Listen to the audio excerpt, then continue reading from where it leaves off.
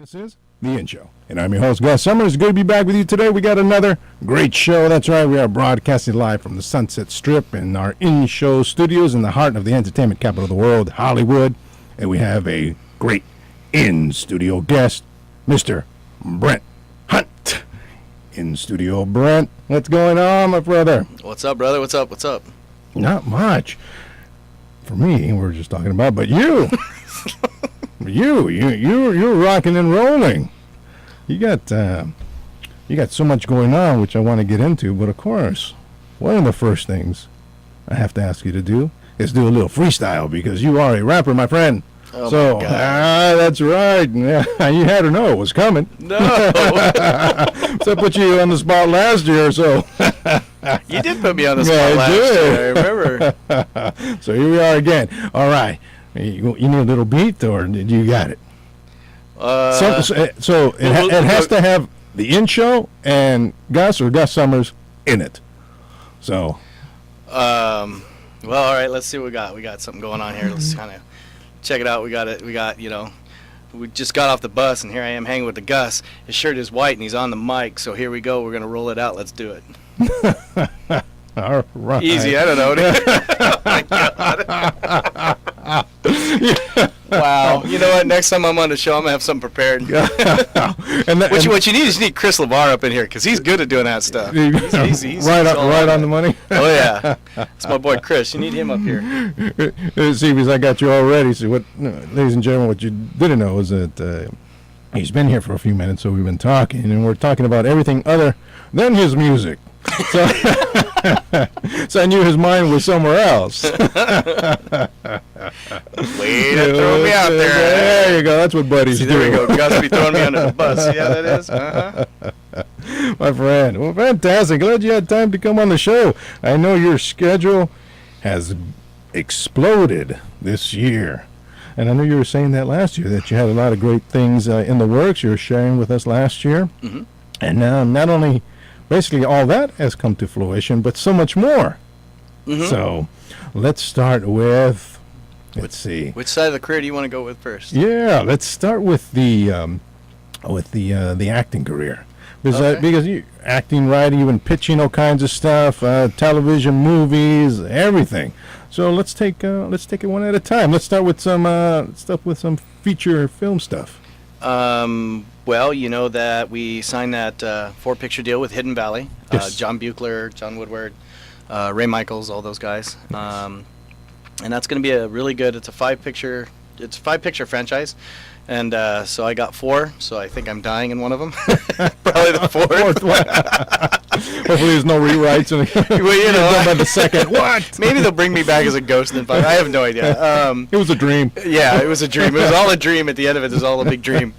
But I've had I've been able to hang out with these guys for a while and kind of get to know them. And I got to say, I was actually on Wizard Dream with John Buechler right. when he was directing that, and that's still kind of, I think they're in post now, but. I gotta say, John is just an amazing director. He's one of the guy directed Troll, and he built. Yes. This whole around Goonies and all that. Right. He's been around, and he's just one. He's just a down to earth kind of the coolest director ever. He's the kind of guy that sits in shorts on the set on his director chair with like sandals. He's kind of down to earth, really laid back, and. He knows what he wants, though. He knows to get what he wants. And then the writer, John Woodward, and Ray, fantastic people. Just, heart of gold for both of them. They're just amazing. Now remind me, were you on the film on the set of that film when he asked you to do this other one, or were you on another film? I remember you were saying that last year. What happened was, we had started talking about Hidden Valley because the book hadn't released yet. And what we did was we had sat down and had a couple meetings with John Buechler and John Woodward. And then I was getting ready to go to Comic-Con, and they weren't doing a lot of promotion at Comic-Con because they were busy on the film, so they didn't prepare to get down there. And so I said, well, while I'm down there, why don't I promote Wizard Dream, which is John Buechler's movie, and I'll promote Hidden Valley. And so we ended up getting some books. We took down to Comic-Con. We handed a bunch of them out, and John signed a bunch of them, and we promoted Wizard Dream, and that's I had just came from the set or whatever, so I had been on Wizard Dream already. And then when I came back, they sat down and said, you know what?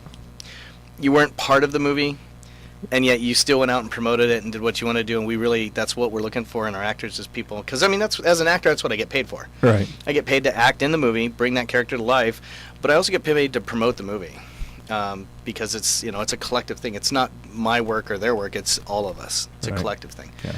And they really liked what I did, and they saw what I've done with, you know, all my past stuff. And so we went ahead and got the contract done. I kind of knew what I was going to do, but they had the role already for me, and I had read the script and stuff, and so they were kind of... Now, did they expand the role a little bit? There was something that went on with the role that you had mentioned. No, they what they did was... or just bring you into the fold. They gave me the script, and they said, we think this is the character we'd like you to do. And so... But they weren't sure how they were going to... Because there's a couple characters that wrap around that character, and they weren't sure if they were going to combine a couple of those into one. Yeah. And from what I understand, my character stayed the same throughout the thing, but they took a couple of the others that, you know, hang out with that character and turn it into one role. So those guys compounded. I didn't. Oh, okay. My character's the same. Your character's the same. Yep, I play Deputy Brody. Deputy Brody. Little sheriff's deputy of the town, so... Now, remind me, there's a bit of a comedic side to the deputy, am I right? There is. I can't go into a whole lot about the role, but he's kind of the character that you have your stoic sheriff who's know real serious, and the sheriff only cracks a smile usually when I crack a quick joke, like a quick one-liner. Right. I'm the guy that makes the sheriff kind of smile and realize that we're all kind of hanging out. Right. So it is a little bit of the comic relief and whatever, but I'm the one that everyone starts to love. Well, anyone who knows you knows how easy that is. Aww. Yes, I want a cup of coffee after the show. Yeah, I'll slip you that 100 before it bounce out. That's fantastic, because you were talking about that last time you were on the show, and here we are. It's in your hands. It's being done, and so much more is coming from it, and that's what I love to bring to the show. That a tangible form of success, that people out there who are struggling, thinking, I'm about to give up, and here you are saying, look, it can be done. Gus, I was a guest speaker on Sunday at a seminar. I do this for this gentleman about once a year. Come in and speak to people that are looking at coming in the industry, or that are in, or that have been in and just need to do a seminar thing. And one of the things that they asked, they're like, they said, look, you obviously are at this point in your career. Were there ever times when you were like down, or where you had the low points? Right. And my whole philosophy on that is, yes, everyone will go through low points in the entertainment industry. It's inevitable. And what you choose to do at your lowest point will dictate where the miracles happen and where you end up when you come through it. Because you will inevitably get through it. Right. You will get through those low points in your life and in your career. Where you end up when you come through it will be dictated by what you do while you're there. Right. If you give up and you say, well, I could just get a job, I can move at home, go back to Kansas or wherever you're from, live with mom and dad, pay my bills, get a job doing sales or whatever else, right, and just give up, then that's a choice. Right. And yes, that'll work, but those are the people that really struggle and just say, I keep going forward, I keep going forward, I keep going forward. And they keep going out and they keep doing the auditions, they keep meeting the people, they keep going to the carpets or to the networking events, and they keep that momentum. Right. Okay. When they get through that rough patch, right, they're so much further ahead, and that in that rough patch is where the miracles really happen, because that's where you find yourself, and that's where you find the will to do it. Yeah, your inner strength, you to endure and prosper. There's a lot of things that people don't know what happened to me last year. And that's the beauty of it, because a lot of people will say, oh, how easy it is for him, and for them to accomplish that or what have you. It's like, no, really, it's not that easy. Okay, so we're on the air here with 1 million some odd listeners. Yes. There were 2 times last year where I couldn't afford to eat, and so I didn't eat for 3 or 4 days. I drank water and just kind of made it through. Right. So there you go. I mean, there's been rough patches, Yeah, you bet. but nobody knew, Right. and it was all about not letting anybody know, keeping up the appearance that things were great, and just keep going, moving forward, Right. And But- waiting for your miracle. waiting for the miracle. And it happened. There were. I remember. I really got a real close sense of feeling of spirituality during one of those times, and I guess it was like the fasting type thing. Oh, your mind was but it clear. was what my have mind you. was clear, and I realized about day 3. There was the 5-day one, and I realized about day 3 in that I could quit. I was thinking, those thoughts all come through my head. I should go home. I should, get a job. I should do whatever. Right. I don't want to do this anymore. Do I really want to do this? Is this really worth it? Yeah. And that's really where you find your inner strength, and like you said, your inner strength. But that's where my dream became bigger than me. And when Nice. that happened, Nice. when my dream became bigger than me, Yes. that's when everything changed. Look at that. Look at that. But, you don't have to answer, because I know, this is kind of your personal journey. Mhm. When that happened, what happened to you? Was it just a psychological change, a spiritual change, a physical change? What prompted you? You're down at that point. You get this clarity. Your dream suddenly just blossoms.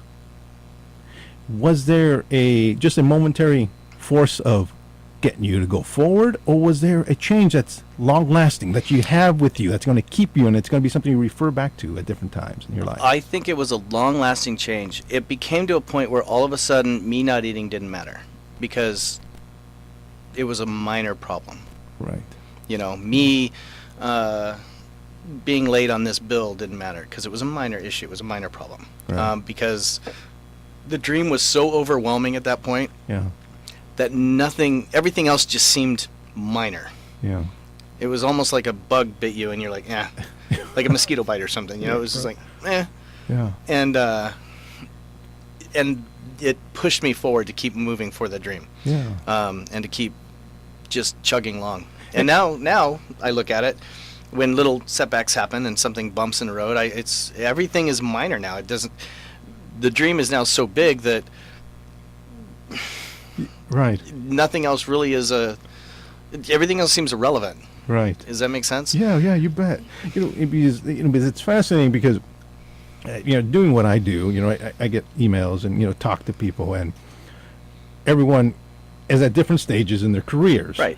Some people are, hey, like yourself, riding high, or you find, which is a lot of people, at medium or low points. Mm-hmm. Should I do this? What have you, and so on and so forth. And again, I know I'm kind of prodding. Was there It's okay. was there references to past understandings, past moments that enabled you to be stronger at this moment? Or was it just a momentary, you were fasting, your mind was clear? Was it just a sudden blossom and I can do this? Or were there moments, I remember when I was down here, but I'm going to stick it through? It was a little mixture of both, actually. There were times where, like, you know what, I've been at this point, or I was here, or I was here. Yeah. And then it was the sudden realization of, like the one time I was, the 3-day one where I didn't eat for 3 days, Yeah. that happened after the 5-day one, so it was like that was. A I look back and I minor went 5 days, and 3, whatever. Right. But when I woke up one morning on the 5-day Fast. fast, I guess, I woke up in my bed, and I woke up with a roof over my head, and I said, you know what? There's people that, I'm thinking about, gosh, I'm hungry, but yet I'm not cold. I'm Right. not sleeping on the dirt, out in the side in the street or anything like that. I'm waking up in a bed. Yes. So you look at it that way, and you're kind of, it puts a lot of things in perspective. I Right. mean, it puts almost your whole life in perspective. Right. And I look back and I went, well, there were times where I had some rough times, back a couple, 3 years ago, relationships or whatever. And then I said, you know what, if I can get through all that, then Yeah. this is going to be easy. Yeah. And then when, the dream became real, it was like, it didn't even faze me at that point. Right. And then the next thing I know, it was really weird. It was crazy. It was probably day 4 when that happened. And it really just, the dream became so big it didn't matter. And I woke up the next morning, and there was a check in my mailbox that I had forgotten I didn't even know that I was getting a check. and it was just from something I did like 6 months ago, Right. and it just showed up, and I was like, wow. Wow. It was almost just an overnight thing, and I'm going, okay, and I Cashed it, ate. cashed it and had some Thai food, and went, and I really appreciated the food. I mean, you become more appreciative of things you have Right. when you're at those points. You You're right. just And now I wake up every morning. I'm grateful that A, I woke up. B, that I live in a great town like Los Angeles, and I get to see the sun every morning, except Right. a couple days ago when it was great, but it was still beautiful. And I just, I'm grateful for everything in my life now. Yeah. It's just amazing. And thank you for Sure. talking about that, because for me, in my perspective, that is a key to success. Mhm. It seems to be like one of those old, rusty keys that you have to find. You're looking for the new shiny one. I want the Right. new shiny one with the new lock and easy and open. But you realize that is the old skeleton key, and everyone has to go through that to receive your miracle. Is here you are. Were you, or are you? You said it's going to affect your life. Are you a bit transformed? Are you different, Brett, from going through that? I think I am. Prepared you for the success that we will be talking honestly, about? I think it did. I think it did prepare me. There were a lot of things I did to help prepare myself, knowing that I was on this track. And just some of those minor things that I had to go through were just I had to go through them.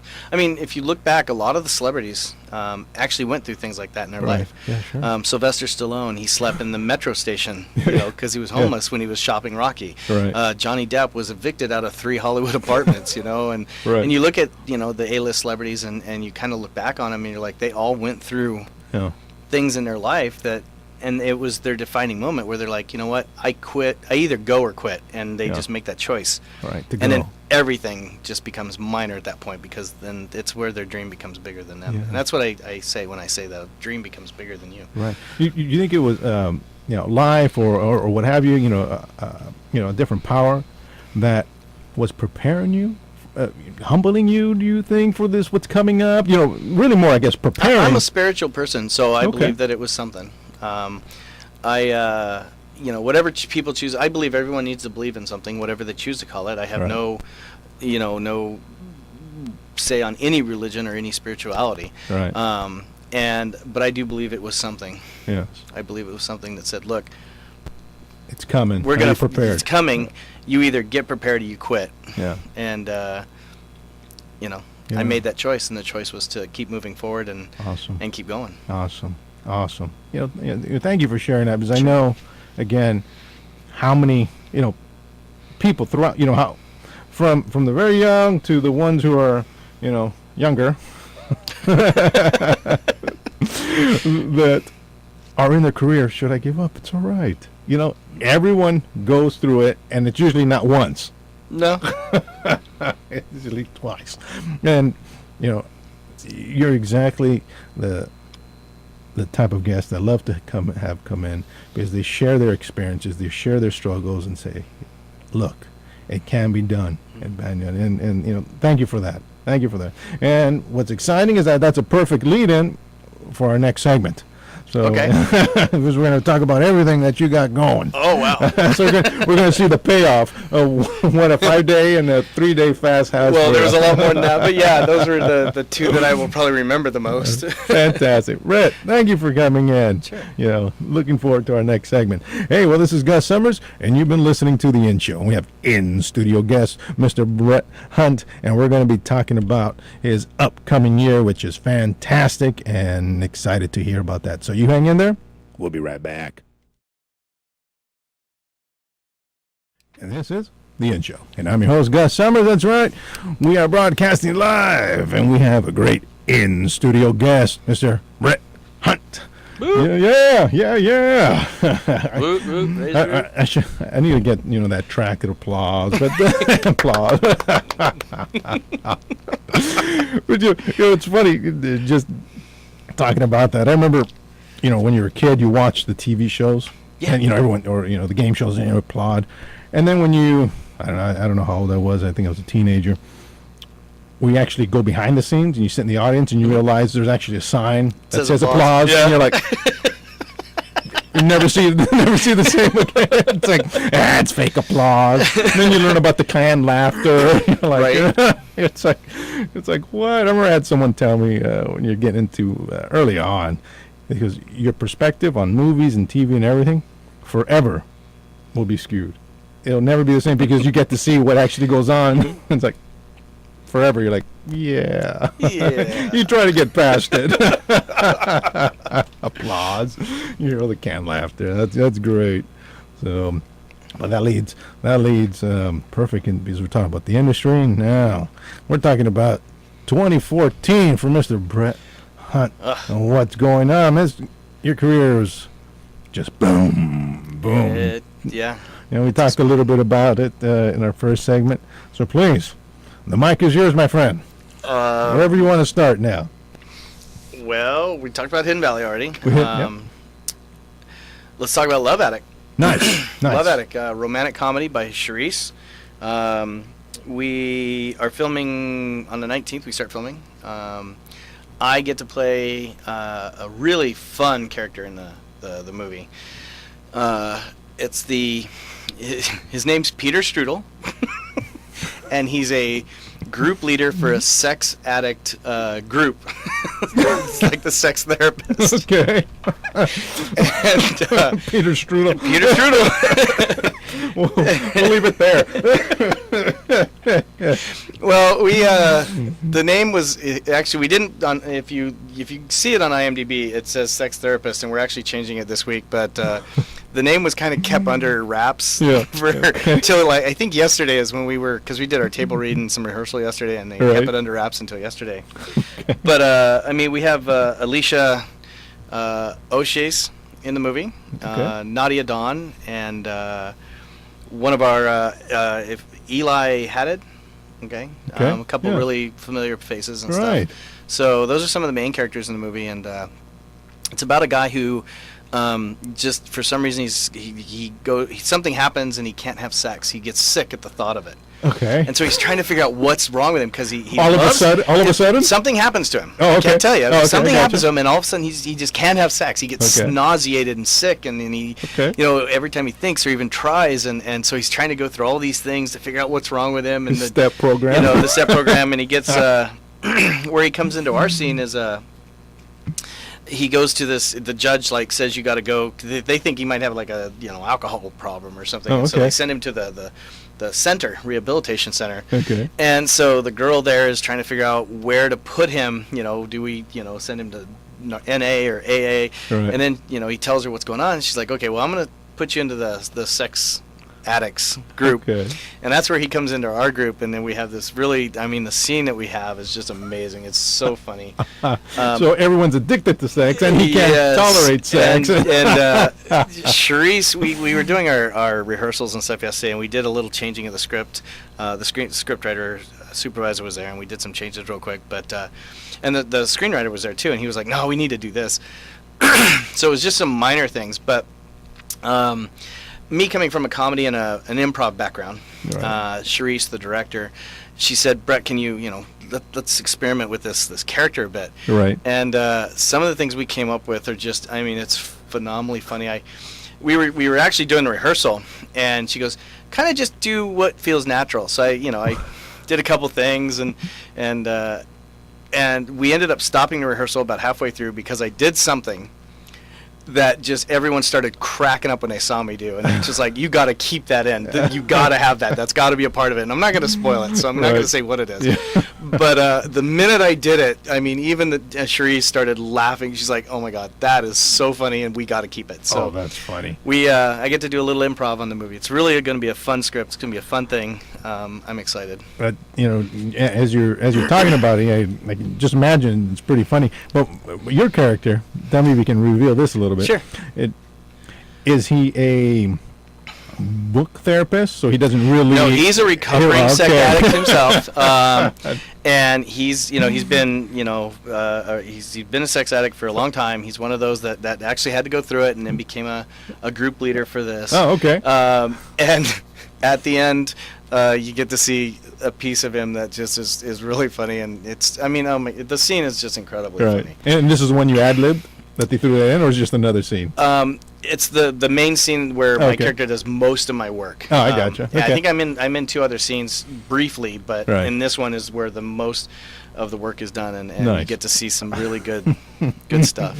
I get to play across from my buddy Johnny B. Okay. He plays one of the sex addicts who actually starts he kind of has a monologue in there about, he's the one that stands up and says, I was here and this is where I was at. And he does his whole thing, and Right. and it's him and I play really well together, so we kind of just went back and forth. It was a lot of fun. So it's gonna be we film it, and then we're gonna see the daily. So you're gonna Nice. when we release the movie, it's gonna be fun. It's Yeah. a great romantic comedy. Go see it.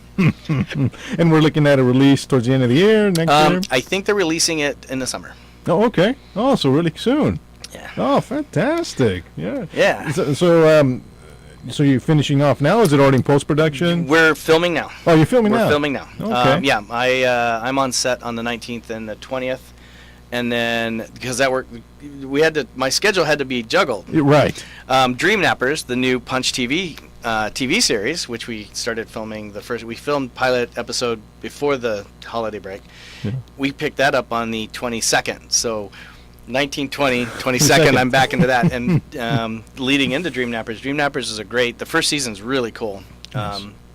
I play the dad who at one point, I can't go too much into it, but basically the Dream Napper is the one that takes the dreamer's soul, and he Right. likes young souls, so he's after my daughter. Right.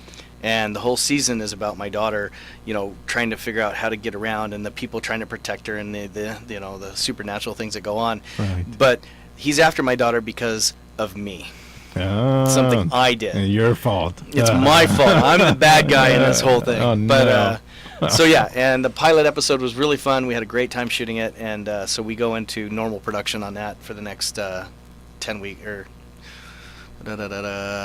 8 weeks. So we have 8 weeks of production time with that. So just to emphasize, you got the whole season, so you got all 12 episodes to do. So season. let's throw that in there. Yeah, so we have the whole season to do. So you got a have the whole film, season. and then you got the whole season right after that. I have Love Addict, then we have the season of Dream Nappers, and then from what I understand, we are going to they're putting a shoot date of March to shoot Hidden Valley. And so I'll be working on that, but there's another film that my manager's kind of working on getting me in, which shoots in Atlanta. So when we get those 2 shooting schedules, I'll be back and forth between LA and Atlanta for those 2 movies. So they're gonna know you at the LAX terminals and everything. They're gonna know me well. Let him go. He doesn't carry anything. Yeah. And that's a 3-month shoot in Atlanta, so it's like March, April, May. But then we start. The best part about this year is we got our funding, and we talked about Mangled Angels. Yes. We got our funding for Mangled Angels. It's a fully funded project. It's a green lit to go, and we start pre-production of that in February, and our shoot time is May. We're going to start shooting in May, June timeframe in Seattle. So for basically the spring and summer, Yes. up until about the mid to end of June, I'll be between Atlanta, LA, and Seattle. So it's going to be a lot of fun. That's exactly what I was going to point out. If everyone didn't notice, he's working in January, February, March, April, May, and June. But that's just what we've talked up to so far. Yeah. we haven't talked about your Brazilian tour and everything else yet. Nope. So you see, everyone, it can be done. It can be done, and it's not just one project; it's multiple projects flying all around the country. Which is actually, now let me ask you, did your stand-up comedy prepare you for all this traveling? Now that's here? I think there's some material in here somewhere that I'm gonna pull out and kind of play around with. And talking about your comedy, it's kind of taken a little bit of a backseat for these next few months. As far as stand-up goes, it has. I have. The projects that I'm going to be doing is like Love Addict is more of me being a comic, and Hidden Valley, I kind of get to play a sort of the lighter role. Yeah. Dream Nappers is a very dark TV show, and then Mangled Angels, I'm actually playing the prophet or angel maker, which is the serial killer in the movie. So I kind of get to go from a really lighthearted to a mid-lighted to a Yeah, darker sinister. to a evil. So I kind of get to play this cool spectrum, So you go all the way to the Sith Lord. All the way. Yeah, kind of, right? Well, Mangled Angels is really fun. I want to talk a little bit about that one Yeah, because please. that's a really cool project. Basically, what it's about is a serial killer who you get to learn this through there's 4 movies, and you get to learn this through the 4 movies. But basically, he thinks he can talk to God. He thinks he's a prophet. Okay, and the reason he thinks this is because during his low time in his life, Yeah. he found a quote from Saint Francis de Sales. And that quote is, "Since God sends us messages via his angels, we should return such aspirations via the same messengers." So in his eyes, he thinks God wants him to create angels to talk to God. But he's not really sure at this point. He's kind of Right. figuring out how does God send it, what message is God sending him, and this kind of thing. Right. And one day he's at a Starbucks and he sees an angelic name on a woman's forehead. He Okay. looks around to see if he's delusional or losing it, Right. or if other people see it, and no one else seems to see it. So he thinks, in his mind, he rationalizes and says, if I'm the only one seeing it, that means God's talking to me. Right. That's an angel. I need to see what message God wants me to send. So he ends up stalking this girl, finding out what the message is, killing her to send the message, because that's how you create angels, is Right, release the they soul send from the release, body. yeah. And that's what he does. And what happens is the movie, this is all based on true events that happened. He knows that prophets are killed, and then 200 years later they're declared a prophet. So Right. what he does is he takes advantage of the internet and the undernet to document and put like a diary type of thing up, so people can read what he's doing and see what he's doing Yeah. with pictures and visuals. And then what he does is he bounces IP addresses all over the world. He has somewhere of upwards of like 30 or so IP addresses that he bounces back and forth Right. every 5.5 seconds. Okay. So they can't follow it. So it's yeah. hard to trace. Right. And everything's done on virtual currency, and the currency, it has to sit in a bank or has to sit somewhere for more than 24 hours for it to Right. be traced to. Every day, it gets randomly distributed to one of the 250,000 religious organizations across the U.S. So he doesn't even keep the money; he just Right. he gives it back to someone else every day. And this happens like every 12 to 14 hours. Right. So we've did some research on how to really kind of manipulate this. Yeah. And the Bitcoins and everything. yeah, exactly. Yeah. And when you're using virtual currency, it's hard to trace that anyway. Right. But so now he donates that money. So it's really hard to find out where he's at. And then all the killings happen all over the U.S. So it's really hard to, and they're never the same. Right. So there's no real pattern. Where we picked the movie up, he's on girl number 8, angel number 8. And that's where the FBI comes involved, because he ends up capturing a high-profile person. I see. And that's where the FBI all of a sudden is like, oh, well, now we should get Well, involved. we get right. Now we should kind of do something. And it's really, the whole story is about a good versus evil. Yeah. It's, if you think Seven meets Silence of the Lamb meets Saw, that's Okay. kind of the, That's where it's at. that's where it's at. Okay, look at that. And now remind me, in one of these projects, you had a hand in kind of bringing up the story and writing. Yeah. Was this the one? Or This was the one. Yeah. Okay. I thought I remembered. Yeah. And it's based on a true event. So. No. Okay. You don't see any name across my forehead, right? No, I Okay. and I'm not delusional, so I, Probably the family thought you were delusional when I'm going out to Hollywood. I'm gonna make it a success. I left a high-profile banking career to go be a stand-up comedian. That's great. You know what's funny? Just on a quick tangent. How many people actually do that? Yeah. I want to be a comedian. They'll go off and exactly that. So you're in good company. I was actually making very good 6 figures as a financial banker Right. in the merchant service credit card industry, and Right. I'd been doing that for several years, and Lo and behold. I got so burnt out and tired. I was like, I'm done. Yeah. I don't want to do this anymore. I don't want to be a mean guy. I don't want to be the guy that makes grown men cry because they've messed up a sale or something. And I didn't want to be that anymore. And and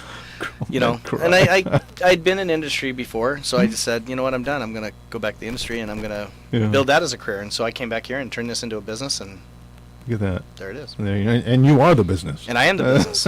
This is my business. That's this is, it. That's it's it. Bread Hunt Inc. So yeah. Isn't that beautiful? Look at that. That's again, another great high point to mention. where you came from, what you did, and what you're doing. So, real quick, Yeah. the shoot time, that is starting in May? We start pre-production in February. We start shooting because of my shooting schedule now. We're shooting starting in Seattle, shooting in May. That's going to be a 2-month shoot, so we're going to go through May, June. Then it goes into post. I'm going to be gone for some of post. I'll be back and forth. I'm not the director. Right. I'm just one of the producers and an actor, so it's kind of cool. Yeah. I can Do it with your little free schedule. I can a little free it up because then we then you go head off on the Brazil-U.S. tour. Yes, which we'll be talking about in our next segment. You see that? There's still more to come, and that it will be released. We're looking at an October 2014 release for Mangled Angels. Nice. Brett, again, love your story. Oh, thanks, man. Yeah, you bet. So we'll take a quick break, and we'll be right back. Okay. Hey, well, this is Gus Summers, and you've been listening to The In Show. And we have in the studio got Mr. Brett Hunt, and we've been talking about his wonderful career and everything he'll be doing this year. So you hang in there after a quick break, and we'll be right back. And this is The In Show. And I'm your host, Gus Summers. Good to be back with you today. That's right. We have a great in-studio guest, Mr. Brett Hunt. And we are still talking about the rest of your year. So we already have it booked. Well, I guess you really started, what, December, November of last year? I knew that things were going to get busy around December, but this town shuts down between the holidays. It kind of just this becomes a ghost town for 2 weeks. And I knew things were happening and things were being pushed, and so a lot of things got pushed into the next year. So I had that feeling, and I knew that things were going to happen, and I had a few contracts in front of me, and we hadn't signed anything yet. Right. But that's been the first 10 days of January, and I've been just either on set signing contracts, getting this done, getting that done. So it's just laying out. Look at that. So we got all the way up through June. So now we're talking June, July. Now we're talking about your Brazilian tour. So let's talk about that. What I can tell you, again, I'm under an NDA with this, so I can't say a whole lot. Right. But basically, it's an international cultural exchange between Brazilian artists and U.S. artists. And what they're going to do is, it's a big tourist thing to bring more tourism to Brazil. Yes. Because you have the World Cup this summer Yes. in Brazil. You have Carnival in Brazil. And then, right after that, you have the Olympics in Brazil, Right. So they are building this thing to be a cultural exchange, kind of bring the U.S. entertainment industry into Brazil. That's beautiful. So what they're doing is they've decided to bring artists from U.S., artists from Brazil together and do a show. It's like I think it's a 8-hour show or something on 3 or 4 stages, kind of like a Lollapalooza or a Woodstock type of deal. Yes. And they're going to tour that show across the U.S. and across Brazil. Look at that. And some of the artists they've got. I can't really say the name of some of the A-list artists they got. Right. Let's see, what could I do? Yeah! And let's see, who else can I say? Guess who's back? Okay. But, whatever. Yeah. I got you. Yeah. And of course, yours truly, Mr. Brett Hunt, and right myself, here. And you're emceeing a lot of this and performing. What we did was, my contract with them is they wanted me to do comedy and to do some music. And I kind of said, well, how are we going to kind of mix that together? It's kind of hard to do that on a stage twice in the same show. So what we decided was I was going to be the guy that kind of kicks off the show. I'll come out, do about 10 or 15 minutes of stand-up, plus doing some, hey, we got a great, tonight's going to be awesome. You guys are awesome. We got on this stage, and, kind of do the kickoff. And then I have I think my performance is 2 hours in, so I get to go in the green room for a couple hours and chill out. Nice. Then I hit one of the stages for 20 minutes, do my stuff, and then I'm pretty much done for the night. And it's 48 shows in 9 months. I'm allowed to miss 8 of the shows, so I'm going to try and do about 40 of them because I have my, other schedules kind of conflicting a little bit. Yeah. I'm actually allowed to miss half the tour. So, because they really want the U.S. people in Brazil. Yes. And the Brazil people in U.S. Right. I told them that I could tour a little bit in the U.S. if I needed to. So. Right. Because obviously you told them your schedule, and hey, I'm working. Well, I'm working at here. the time we negotiated that, Yes, my schedule wasn't near what it is now. And I was like, oh yeah, I'll do the whole thing. Why not? No big deal. Let's do it. That rapidly changed, and so when I went back to him and I said, okay, well, since I hadn't signed a contract with you guys yet, I said, well, I got this, and that. And so we kind of came out and they said, we'd like you to only miss about 8 shows. If you have to miss half the tour, that's fine. We'll take you into the whole Brazil thing. Right. So you can do the 24 there or whatever. Nice. And I said, well, that'd be cool. But Yeah. I really want to do some of the major cities in the U.S. I want to do the Miami one. I want to do the New York one. I want to be Right. in LAX. I want to do the Los Angeles. I want to do I want to do the major cities. Right. Oh, that's awesome. So I'm going to do what I can. So They're you- a great group of guys. I love Yeah. the team that they got together. It's amazing. And most of it is funded by the Brazilian government because they're trying to bring tourism. Right. They have a lot of corporate sponsors that have jumped in, a lot of investment folks that have jumped in, and they have some A-list sponsors that have kicked up. And Look at that. Look at that. So you're going to be spending like a week or two down there, and then flying back, or how's that the going to work way for that I you? was told the tour was going to go is because we have a day of setup in the city. They might perform for 2 days, so we have 2 days of performing and then a day of teardown.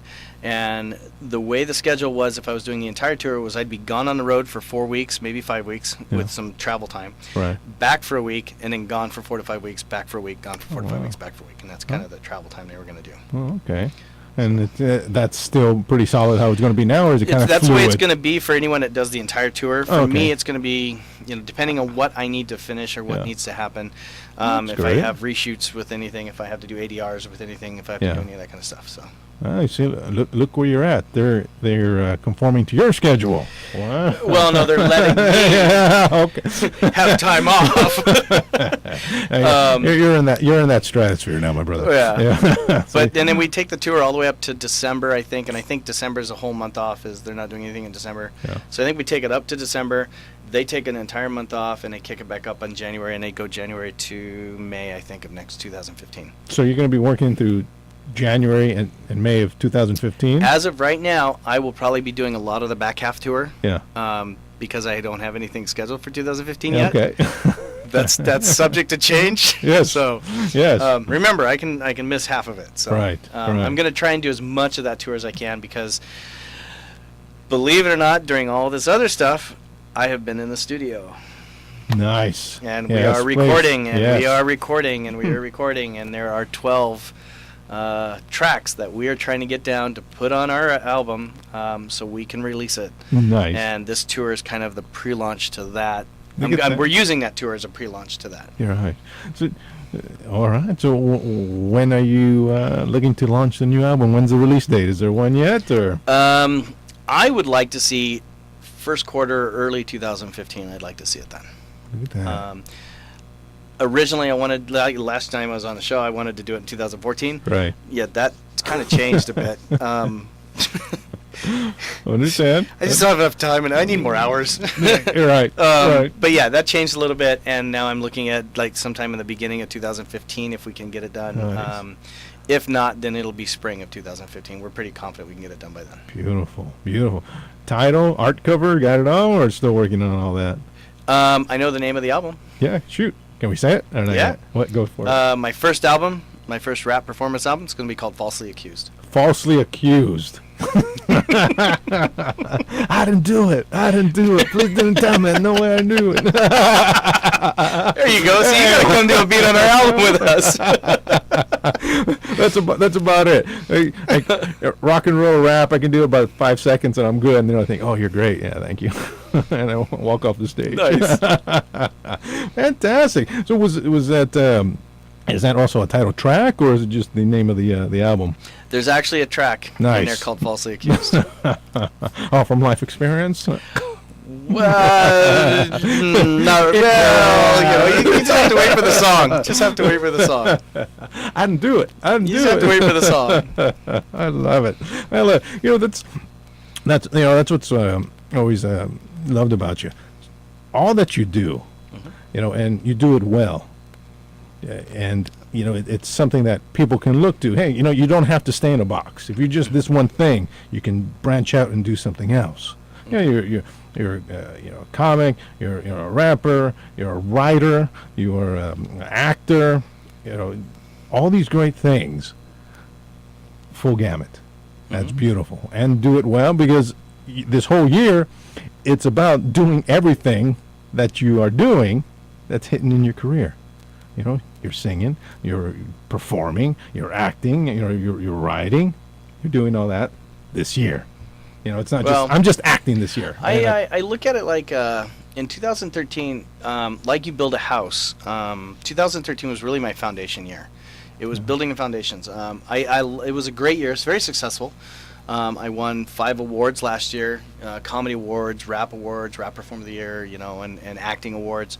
So I got people to see that triple threat. I got Right. everyone got to see it. Yeah. And then they got to recognize it and go, oh, wow, he is talented. Right. And so it was more of my foundation year. I look at it like that. It's a Nice. foundation. It was building my foundation. Right. And now I can build Build up on that. tower or, building or whatever you want to call it. I can build the career based on a Nice. foundation because I have a solid foundation. Yeah. Yeah. And that's really where this year, 2014, is coming from. And it's going to be an amazing year, a blessed year. Fantastic. And I'm grateful that it's Yeah. going to be an awesome year. Fantastic. My body work is going to be. I'm hoping. I'm not hoping. I know. I just know that people are going to love it, and we're going to have a great time this year. It's going to be fun, and there are great things to come. There are things that we're setting into 2015 already that we're kind of looking forward Yes. to, and I know that Yes. That's going. I don't know if I'll ever. I might be on some kind of really cool number 7 movie in the future Oh, with yeah. Tatooine and Alderaan, but I don't know. We'll see what happens. Just kind of we'll leave it at that. We'll see where that has. Mouse with a planet or That's something. it. Love it. Love it. No, Love it. And it's always what we look for. The little nuggets of gold there come out. There it is. There it is. So, Brett, we're at the end, but one quick question. Something Yeah. I've never asked you. Yes. Do you dance? I am trained to. I've trained in ballroom dancing. I've trained in hip hop dancing, and I do club dancing. So yes, I dance. Look at that. And that completes the package. Ladies and gentlemen, Mr. Brett Hunt. Right. Brett, again, thank you for coming in. Do want to let you mention any websites, anything else that you like? I know you're all everywhere. Just need to type in Brett Hunt. Google my name. Facebook, You know Twitter, what? everything, right? I don't get to say this very often, but I just want to say thank you to all my fans, because without you guys, I'm really nowhere. I'm nothing. Yeah. I want to shout out to my aunt, who's been an inspiration to my whole career growing up, my brother, who's always had my back, and my sister, who's always great, and of course my dad, who just recently retired, and I'm really excited. So, but friends, family, and my fans, you guys are what make me. You guys keep me moving, Fantastic. keep me creating, keep me going. Yeah, all right. Brett, again, all the best for you, and thanks for stopping by. Sure. All right, appreciate it. Hey, well, this is Gus Summers, and you've been listening to The In Show. And we had in-studio guest, Mr. Brett Hunt. And, of course, all you have to do is Google his name, Brett Hunt, and you'll be able to find him everywhere on the net and see everything that he'll be doing for this year. And, of course, visit us at theinshow.com, where you'll be able to see this interview and everything else that we have done and will be doing. Of course, look for us on Facebook, Twitter, Pinterest, YouTube, all those great social media sites. And, of course, ladies and gentlemen, Gus has left the building.